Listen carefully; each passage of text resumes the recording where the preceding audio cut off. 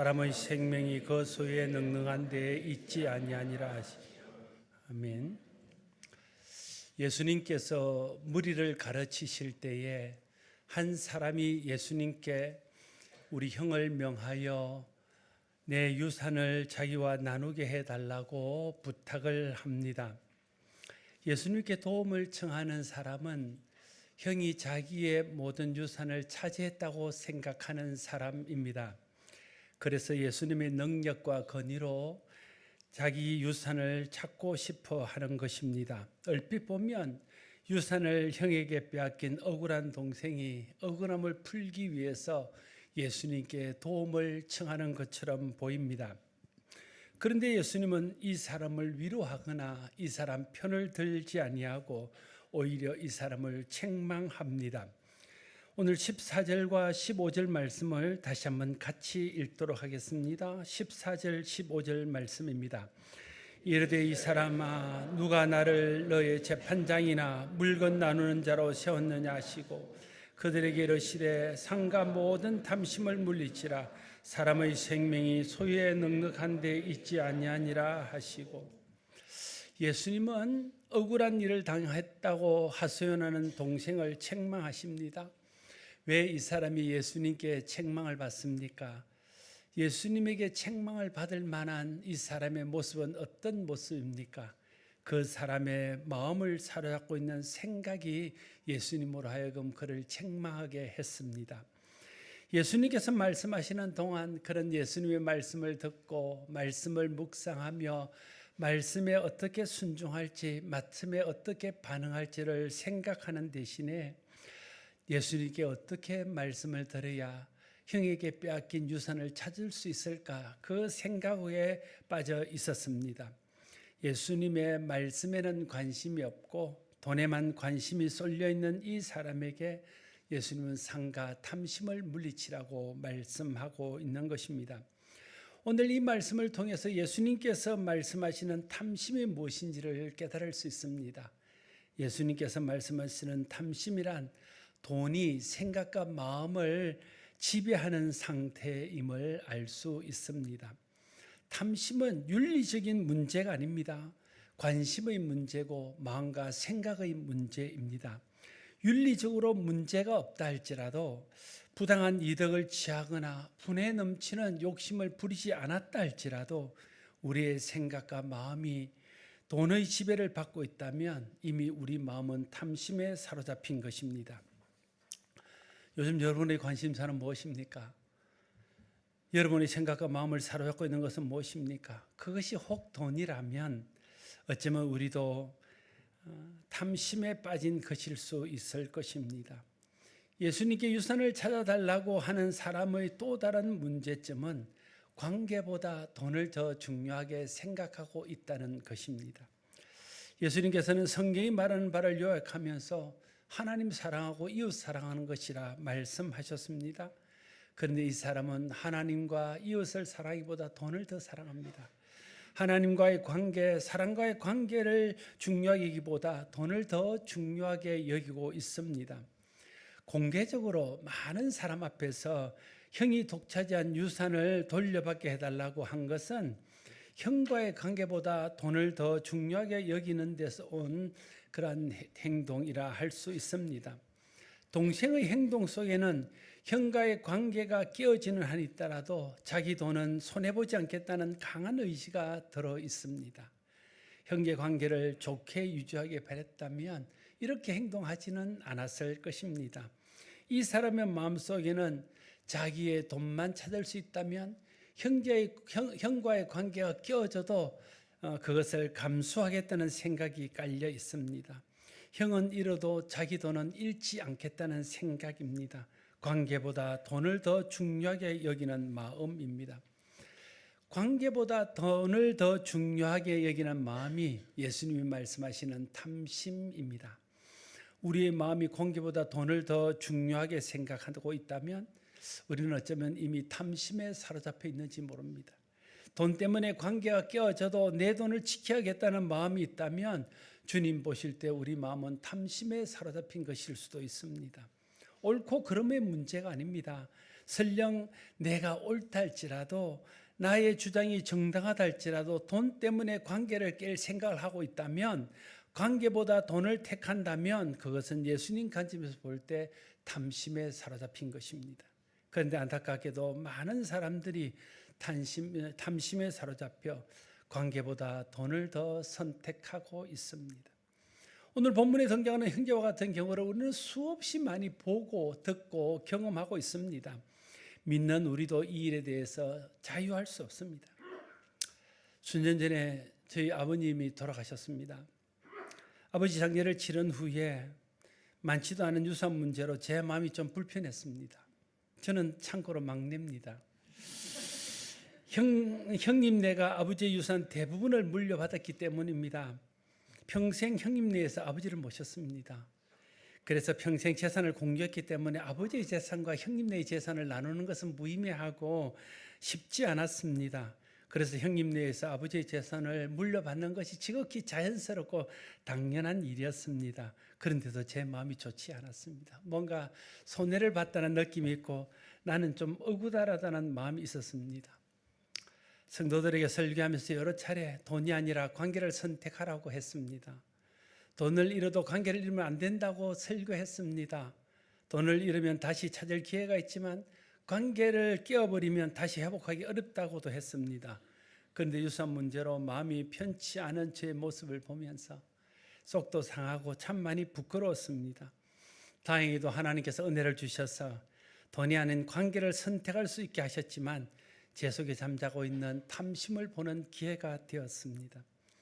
여러분, 관계가 뒤틀린 채 돈을 차지하면 정말 행복할까요?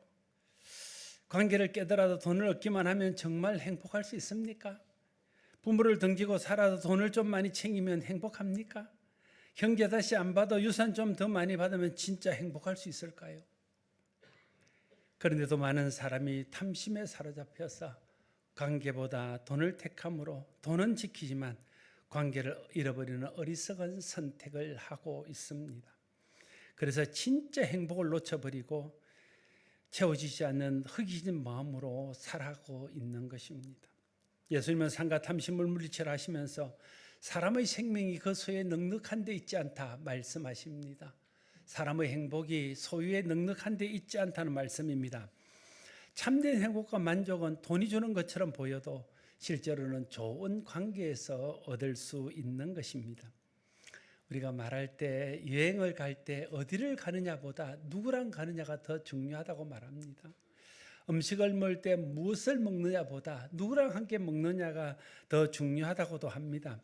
아무리 멋진 곳을 가고 아무리 근사한 음식을 먹어도 불편한 사람과 함께 하면 행복하지 않습니다. 동네를 산책하고 차 한 잔을 마시는 한이 있더라도 좋은 사람과 함께 해야 행복합니다.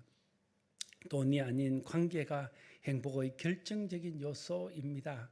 하나님 사랑하고 이웃 사랑하는 사랑의 관계에서 진정한 만족과 행복이 오는 것입니다. 그런데도 돈이 주는 안락함과 즐거움이 워낙 강하기 때문에 돈에 대한 욕심을 극복하지 못하고 관계보다 돈에 더 매달려 사는 우리의 모습을 봅니다.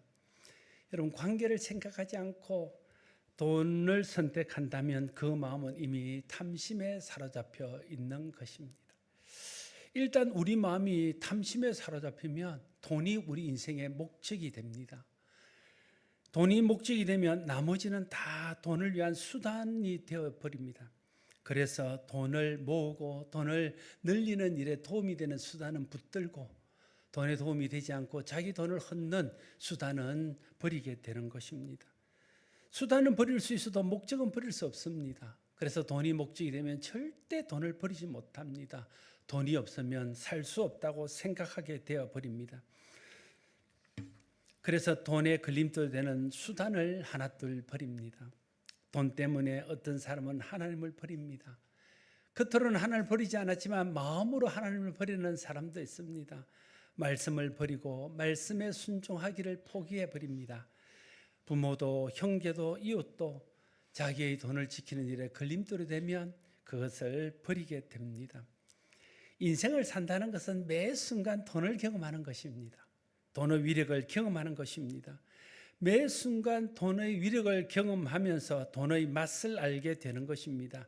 그러면서 점점 더 우리의 마음이 돈 쪽으로 쏠리게 되는 겁니다. 돈이 주는 만족의 마음을 빼앗기게 되는 겁니다. 돈이 목적이 됩니다. 돈을 목적의 자리에서 본래의 자리인 수단의 자리로 돌려놓아야 됩니다. 어떻게 하면 돈을 사랑하는 탐심에서 벗어나서 하나님을 사랑하고 이웃 사랑하는 삶을 살 수 있을까요?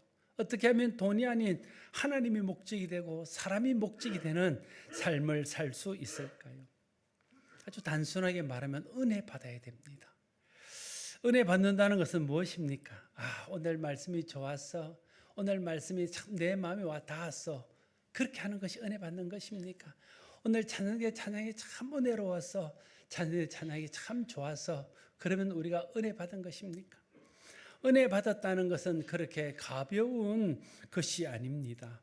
은혜 받았다는 것은 예배 중에 말씀을 듣는 중에 하나님을 만나는 경험을 하는 것입니다. 하나님의 크심을 깨닫고 하나님의 하나님 되심을 깨닫는 것입니다.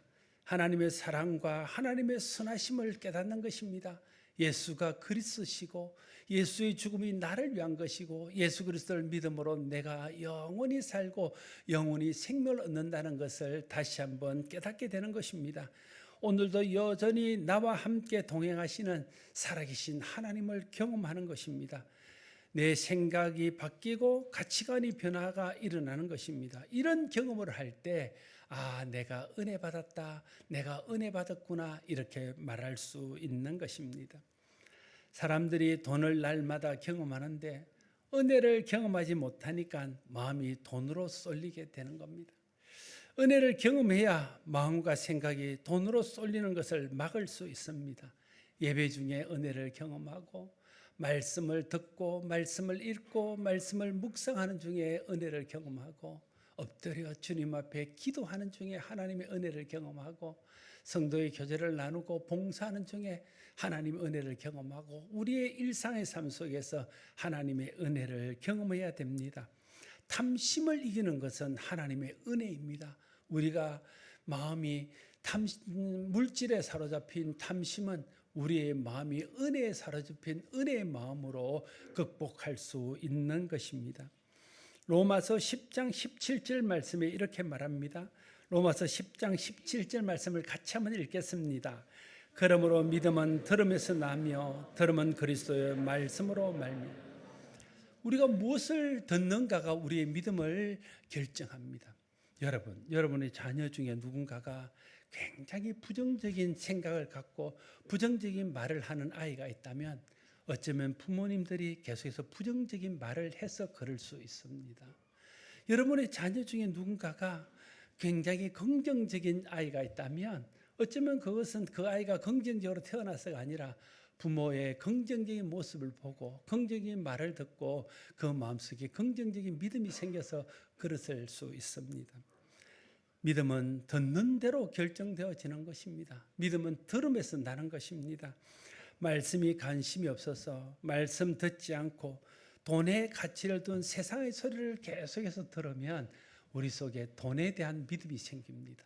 그리고 그 이야기를 반복적으로 지속적으로 듣게 되면 우리 속에 있는 돈에 대한 믿음이 강력해지고 돈에 대한 믿음이 깊어집니다. 그래서 종국에는 돈이 자기 삶의 목적이 되는 데까지 이르게 됩니다. 우리가 원하든지 원치 않든지 간에 어쩔 수 없이 돈의 위력을 경험하게 됩니다. 그래서 더 예배에 집중해야 됩니다. 말씀 듣고 읽고 묵상하며 은혜 받는 일에 더 힘써야 됩니다. 기도하며 오늘도 살아서 역사하시는 하나님의 은혜를 경험해야 됩니다. 제가 목회를 하면서 가장 큰 위기가 코로나 때였습니다. 물론 신림교회도 다르지 않으리라 생각합니다. 코로나를 지나면서 교회가 굉장히 힘을 잃고 또 많은 성도들이 교회를 떠나는 것을 경험했습니다. 그리고 그렇게 떠난 교인들이 회복되는데 굉장히 어려움이 있다는 것도 경험하게 되었습니다. 어쩌면 제가 은퇴를 결심하게 된 중요한 원인 중에 하나가 어쩌면 거기에 있었을지도 모릅니다. 왜 코로나를 지나면서 교회가 어려워졌을까요? 여러 가지 이유들이 있겠지요.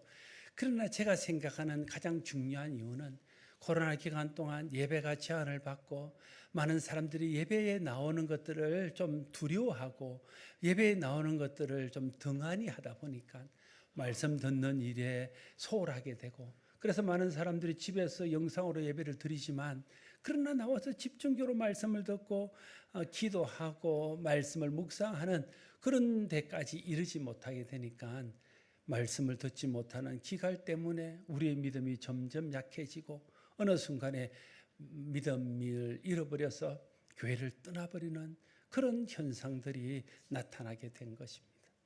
특별히 코로나를 겪으면서 30대와 40대가 무너졌다고 많은 사람들이 말합니다. 20대, 30대, 20대는 그래도 좀 나았는데 30대, 40대가 굉장히 많이 무너졌습니다. 왜 30대, 40대가 무너졌을까요? 그들이 가장 돈이 필요한 때입니다. 가장 돈이 중요하다고 느껴지는 그런 시기입니다. 그러나 그 사람들이 나와서 예배드리고 말씀을 듣는 중에 은혜로 그것을 극복하고 있었는데 말씀을 듣지 못하고 은혜가 채워지지 않으면서 다시 그 마음속에 돈에 대한 생각들이 커지면서 자연스럽게 교회를 떠나고 자연스럽게 말씀을 떠나고 하나님을 떠난 것이 아닌가, 그런 생각을 하게 되었습니다. 우리가 말씀 듣는 일에 열심히 써야 됩니다. 말씀을 열심히 읽고 묵상해야 됩니다. 예배하는 일에 게을리하면 안 됩니다. 하나님 앞에 엎드려 기도하는 일에 열심히 있어야 됩니다. 그러는 중에 주님의 음성을 듣고 주님 오늘 내게 말씀하시는 말씀을 듣고 결단하고 주님을 경험하고 은혜를 경험하는 그런 경험들이 계속 쌓여야 됩니다. 그래야 우리의 믿음이 생기고 우리의 믿음이 자라서 세상의 소리, 그 탐심에 우리 마음을 빼앗기게 하는 돈의 소리를 극복하고 믿음 안에서 은혜를 누리는 삶을 살아가게 될 것입니다. 믿음의 가치를 따르지 않고 돈의 위력 앞에 굴복하는 사람들의 특징은 대부분 말씀에 관심이 없고 예배하는 일에 관심이 덜하고 말씀 읽는 일과 은혜 받는 일에 마음을 두지 않는 사람들입니다. 말씀에 관심이 없고 말씀을 듣지 않고 읽지 않으니까 믿음이 생기지 않고, 믿음이 생기지 않으니까 점점 은혜에서 멀어지고 세상의 마음을 빼앗기게 되는 것입니다. 은혜를 경험하지 못하면 돈의 만족을 구하게 됩니다. 그러나 우리가 은혜를 경험하면 은혜에서 만족을 느낍니다. 이전에 어른들이 기도원을 많이 가던 시절에 우리 할머니들, 권사님들이나 우리 어머니, 우리 아버지들이 기도원을 갔다 오면 반지를 빼주고 옵니다. 그리고 자기가 지키지도 못할 약속들을 합니다. 뭐 얼마를 헌금하겠다 그러고 얼마의 재산을 주겠다 그럽니다. 그런 마음들이 어디서 왔을까요? 거기서 은혜를 경험하고 하나님의 크심, 하나님의 은혜로 충족하게 되니까 물질이 별것 아닌 것처럼 보이고 자기 손가락에 껴있던 반지가 별것 아닌 것처럼 생각됩니다. 그래서 쉽게 빼어줍니다. 쉽게 약속합니다. 그러나 얼마 지나지 못해서 후회합니다. 왜냐하면 은혜가 마음이 식어지고 세상의 소리가 다시 들어오면 다시 후회하게 되고 그런 마음이 드는 것이죠. 그러니까 우리가 하나님의 은혜로 채워지면 하나님의 은혜가 결국은 탐심을 이길 수 있게 한다는 거예요. 탐심을 이기는 힘은 은혜에서 온다는 것을 우리가 알아야 됩니다. 하나님의 은혜를 경험하지 못하니까 마음이 허전하고 그래서 돈에서 만족을 구하게 됩니다. 하나님의 은혜로 우리 마음이 채워지면 돈에 매달리지 않습니다. 돈이 필요하니까 돈은 쓰지요. 그러나 돈을 수단으로 생각하지 돈을 목적으로는 삼지 않습니다. 히브리서 13장 5절 말씀에 이렇게 말합니다. 돈을 사랑하지 말고 있는 바를 족한 줄로 알아. 그가 친히 말씀하시기를 내가 결코 너희를 버리지 아니하고 너희를 떠나지 아니하리라 하셨느니라 말하고 있습니다. 여러분, 돈의 특징 중에 가장 중요한 특징이 뭐냐면 돈의 특징은 우리를 버리고 우리를 떠나간다는 거예요. 그러니까 돈 사랑은 짝사랑입니다. 짝사랑의 특징은 떠나가는 거예요. 우리를 버리는 것입니다. 돈을 사랑하는 것도 우리가 짝사랑입니다. 돈은 우리를 버려요. 돈은 우리를 떠나갑니다. 여러분, 그런 것들을 매달 경험하지 않습니까? 열심히 한 달간 직장에서 일하고 열심히 한 달간 사업을 해서 어느 날 통장에 돈이 탁 들어옵니다. 황금알이 들어오는 것이죠. 그런데 이 황금알이 조금 있으면 카드 명세표와 함께 점점 사라지기 시작합니다. 나를 버립니다. 나를 떠나갑니다. 그리고 다시 제로가 되는 것입니다. 돈의 특징은 우리에게 머물지 않습니다. 우리는 돈을 지극히 사랑하지만 돈은 우리를 사랑하지 않습니다. 우리가 돈을 사랑하는 것은 짝사랑입니다. 돈은 우리를 버려요. 돈은 우리를 떠나갑니다. 그러나 하나님은 우리를 버리지 않습니다. 하나님은 우리를 결코 떠나지 않겠다 약속하십니다. 그래서 돈이 아니라 하나님이 우리에게 만족을 주십니다. 돈이 아니라 하나님이 우리를 행복하게 하십니다. 돈이 주는 만족은 잠깐입니다. 그러나 하나님이 주시는 만족이라야 영원할 수 있습니다. 사람들이 가지고 있는 돈에 대한 오해는 돈만 있으면 하나님 없이도 살 수 있다고 생각하는 것입니다. 돈만 있으면 행복해질 수 있을 것이라 믿는 것입니다. 돈만 있으면 무엇인지 할 수 있다고 생각하는 것입니다. 그래서 돈이 목적이 되고 돈에 집착합니다. 그러나 그것은 사단이 우리에게 심어놓은 거짓 믿음이고 거짓 확신입니다. 돈이 목적이 되면 자기 돈을 지키기 위해 돈을 쌓기 위해서 하나님 떠나고 사람도 관계도 깹니다. 그러나 그것은 행복으로 가는 길이 아니라 불행으로 접어드는 길임을 알아야 됩니다. 그것은 행복을 위한 선택이 아니라 불행과 고통을 위한 선택이라는 사실을 우리가 잊지 말아야 할 것입니다. 오늘 예수님께서 우리에게 말씀하시는 탐심을 세 가지로 정리할 수 있습니다. 첫 번째로 예수님이 말씀하시는 성경적인 탐심은 돈이 우리의 마음과 생각을 지배하는 상태입니다. 두 번째로는 하나님 사랑하고 이웃 사랑하는 대신 돈을 사랑하는 것이 탐심입니다. 돈이 목적이 되어 하나님보다 사람과의 관계보다 돈을 더 중요하게 여기는 마음이 탐심입니다. 예수님께서 삼가 탐심을 물리치라 말씀하셨습니다. 예수님께서 탐심을 물리치라 하셨으면 우리가 탐심을 물리쳐야 됩니다. 예수님께서 탐심을 물리치라 하신 이유는 탐심이 우리에게 유익이 되지 않기 때문에 그렇습니다. 탐심이 하나님께 영광이 되지 않기 때문에 그렇습니다. 탐심이 교회에 덕이 되지 않기 때문에 그렇습니다. 탐심이 결국은 나를 망하게 하고 불행하게 하고 나와 관계된 다른 사람들도 불행에 빠뜨리기 때문에 그렇습니다. 그래서 우리가 삼가 탐심을 물리쳐야 됩니다. 하나님 은혜를 사모하고 하나님 말씀 듣는 일에 집중하고 예배하는 일에 집중해서 하나님의 은혜가 채워지고 하나님의 은혜가 내 마음을 다스려서 하나님으로 만족한 삶을 살아야 됩니다. 그래서 그 은혜의 힘으로 탐심을 극복할 수 있어야 될 것입니다. 그래야 나는 불행한 길로 가지 않고 하나님 은혜 안에서 행복하고 복된 삶을 살며 나도 행복하고 다른 사람도 행복하게 하는 길로 나갈 수 있게 될 것입니다. 사도 바울은 아들 같은 디모데에게 마지막 당부를 남기면서 디모데전서 6장 17절에서 19절에 이렇게 말하고 있습니다. 우리 한번 읽어보겠습니다. 디모데전서 6장 17절에서 19절 말씀을 같이 읽습니다. 내가 이 세대에서 부한 자들을 명하여 마음을 높이지 말고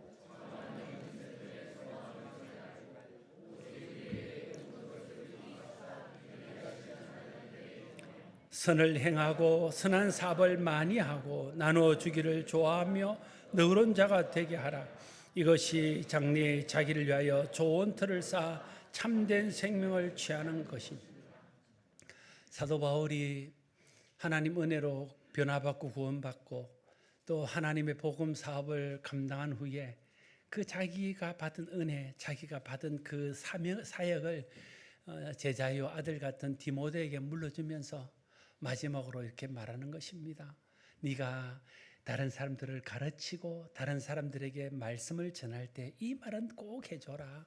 이 말을 그들이 듣고 이 말에 힘을 얻도록 하라 하고 주신 말씀이 마음을 높이지 말고 정함이 없는 재물에 소망을 두지 말고 오직 우리에게 모든 것을 후히 주사 누리게 하시는 하나님께 두며 선을 행하고 선한 사업을 많이 하고 나누어 주기를 좋아하며 너그러운 자가 되게 하라. 이것이 장래에 자기를 위하여 좋은 터를 쌓아 참된 생명을 취하는 것이다. 그렇게 꼭 가르치기를 힘써라. 그렇게 말하고 있는 것이죠. 덧없는 재물에 소망을 두지 말고 우리에게 후히 주셔서 그것을 누리게 하시는 하나님께 소망을 두어야 합니다. 선을 행하고 선한 일을 많이 하고 나누어 주기를 좋아해야 합니다. 그것이 탐심을 벗고 참된 만족과 행복으로 가는 길입니다.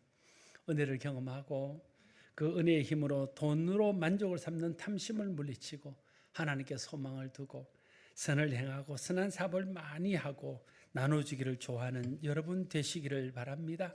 그래서 장래에 자기를 위해서 좋은 틀을 쌓음으로 그리스도 안에서 하나님 은혜 안에서 하나님 주시는 참된 만족과 행복을 지금과 영원히 누리며 사는 신림교회 모든 식구들 되기를 바랍니다.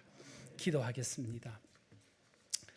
아버지 하나님, 세상을 사는 것은 돈을 경험하는 것이고 돈이 주는 만족을 경험하는 것임을 다시 한번 깨닫습니다.